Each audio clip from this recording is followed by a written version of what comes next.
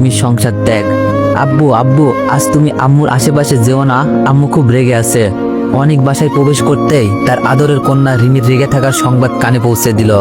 অনেক জানে রিমি কখনো অনেকের সাথে রাগ করে বেশিক্ষণ থাকতে পারে না। আজ বাসায় ফিরতে একটু সময় লেগেছে অনেকের। একটা খুব ইম্পর্টেন্ট কাজে গ্রামের বাড়িতে গিয়েছিল, কিন্তু অনেক রিমিকে কিছুই জানায়নি। অনেক রিমিকে জানানোর চেষ্টা করলেও মোবাইলে চার্জ না থাকার কারণে অনেক থেকেই গ্রামের বাড়ি চলে যায়।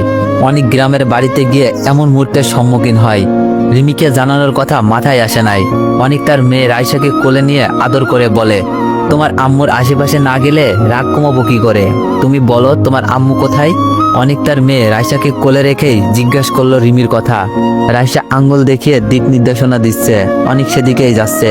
অনেক রিমিকে তার বেডরুমে আবিষ্কার করে। রিমি আয়নার সামনে দাঁড়িয়ে কি যেন করছিল। অনেক তার মেয়েকে কোল থেকে নামিয়ে রিমিকে পেছন দিক থেকে জড়িয়ে ধরলো। অনেক কিছু বুঝে ওঠার আগেই রিমি অনেককে ছাড়িয়ে নিল আর চেঁচিয়ে বলল, ওই তুই আমাকে আর কখনো ছুবি না, যেখানে ছিলিস সেখানে যা। রিমি যখন রেগে যায় অনেকের সাথে এরকম তুই তাকারি করে। এতে অনেক বিচলিত হয় না, তবে বুঝে যায় রিমি খুব রেগে আছে। অনেকের একটা খুব বাজে সমস্যা, কাউকে বোঝাতে পারে না, কিন্তু খুব সহজেই বুঝতে পারে। তাই অনেক রিমির রাগ কন্ট্রোল রাখার জন্য খুব নরম কণ্ঠে বলে, সরি রিমি, আমি জানি এত রাত করে বাসায় ফেরা আমার খুব বড় অন্যায় হয়েছে, এবারের মতো মাফ করে দাও প্লিজ। রিমির আগে আগুন হয়ে বলল, তুই মেয়েদের মতো ন্যাকামি করে মিথ্যা কথা কাকে বলছিস? তুই কি মনে করেছিস আমি কিছুই জানি না, শুনি না? আগুন নিভাতে পানির দরকার সেটা আমি ভালোই জানি, তাই আমি পানির চরিত্র ধারণ করতে চাইছি। কিন্তু আমি যে রিমিকে মিথ্যা বলছি তা রিমি কি করে জানলো? এখন একটা মিথ্যা ঢাকতে আর কয়েকটা মিথ্যা বলতে হবে। আমি বললাম, রিমি তুমি রেগে আছো খুব, একটু শান্ত হও, তারপর কথা বলছি। আমার ক্ষুধা লেগেছে, কিছু খেতে দাও। আমি চাচ্ছি রিমিকে শান্ত করতে, কারণ গরম মাথায় কিছুই ঢুকবে না, আর আমার বোঝানোর ক্ষমতা খুবই কম। রাগের সময় উল্টাপাল্টা বলে ফেললে রাগ বেড়ে যেতে পারে। তাছাড়া রিমি এর আগেও আমার সাথে এরকম রাগারাগি করেছে, কিন্তু 2 ঘন্টায় আবার রিমি আমার কাছে ফিরে এসেছে। রিমি উত্তেজিত হয়ে বলল, কিসে শান্ত হব আমি? তুই কি মনে করেছিস অফিসের নাম করে কোথায় যাস কি করিস আমি কিছুই জানবো না? শুনে রাখ, তুই যে অফিসে চাকরি করিস সেটা আমার বাবারই অফিস, সব খবরই আসে। আমি বললাম, রিমি রাইসার সামনে অন্তত এমন ব্যবহার করো না প্লিজ, মানুষের ভুল তো হতেই পারে, তাই বলে এরকম করা ঠিক? রিমি বলল, এটা ভুল বলছিস? আমার তো মনে হয় না, তুই ভালো মানুষের বেশি আমাকে ব্যবহার করছিস। আমি বললাম, রিমি এইসব কি বলছো? তোমাকে ব্যবহার করছি মানে? আমি তোমাকে ভালোবাসি। রিমি বলল, তাই নাকি? অফিসের নাম করে মিথিলার ওখানে যাও, আমি বিরক্ত করব তাই মোবাইল বন্ধ রাখো, আর এখন রাত করে বাসায় ফিরে বলো সরি?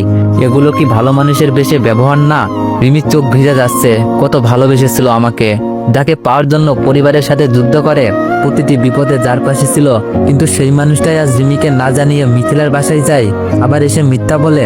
রিমি পারছে না সেই কষ্টগুলো বুকে জমা রাখতে, চোখে পানি হয়ে বেরিয়ে যেতে চাচ্ছে, কিন্তু রিমি রাগটাকে ধরে রাখতে বারবার চোখ মুছছে।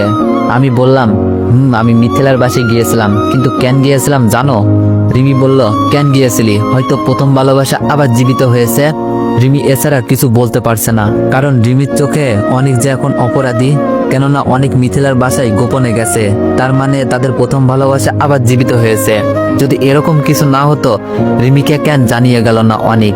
আমি বললাম, এসব কি বলছো রিমি? রিমি বলল, যা বলছি ঠিকই বলছি। অনেক হঠাৎ রেগে গিয়ে রিমির গালে একটা খুব জোরে চড় বসিয়ে দেয়। এই প্রথম অনেক রিমির গায়ে হাত তোলে। অনেক সঙ্গে সঙ্গে সংকুচিত হয়ে ভাবতে থাকে, এটা সে কি করলো? রিমির গালে চড় বসিয়ে দিল, এটা ভুল হয়েছে। রিমির গালে চড় পড়ার পর রিমি অশ্রুসিক্ত চোখে অনেকের দিকে তাকিয়েছিল কিছুক্ষণ।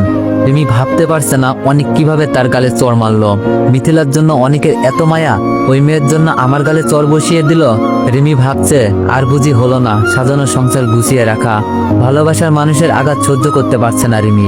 এইদিকে অনেক রাগের মাথায় কি করে ফেলেছে বুঝতে পারছে না। রিমি চুপ হয়ে গেছে দেখে রাইসাকে তার রুমে নিয়ে গেছে ঘুমিয়ে দিয়ে আসার জন্য। রাইসা এইসব দেখে ভয়ে থরথর করে কাঁপছে। রাইসা এবার থ্রিতে পড়ে। রাইসা কিছুটা হলেও ভালো মন্দ বুঝতে শিখেছে। রাইসা শুয়ে শুয়ে মা বাবার ঘটে যাওয়া কাহিনীগুলো মনে করছে।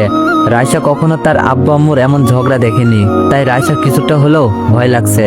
অনেক রাইসাকে ঘুমিয়ে দিয়ে রিমিকে সরি বলার জন্য যাচ্ছে। ওইদিকে রিমি ডিসিশন নিয়েছে যে অনেকের সাথে আর মনে হয় সংসার সম্ভব না। তো এভরিওয়ান, এই গল্পের নেক্সট পার্ট চাইলে বেশি বেশি কমেন্ট করুন আর একটু বেশি বেশি কপি লিঙ্ক করে দিও, আর এটা অনেক দিন ধরে ফিউজ।